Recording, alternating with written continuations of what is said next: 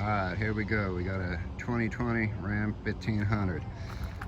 Complaining of a clunking, rattling in the front end. 4-wheel drive truck. Going up underneath here. Check out these axles. Ball joints and all that shit. Check out, okay? But this. There's the inboard axle shaft. Let's see. I ain't no expert. That cannot be fucking normal. A lot of slop in this fucking axle. Driver's side's the same. If that ain't your noise, I don't know what is.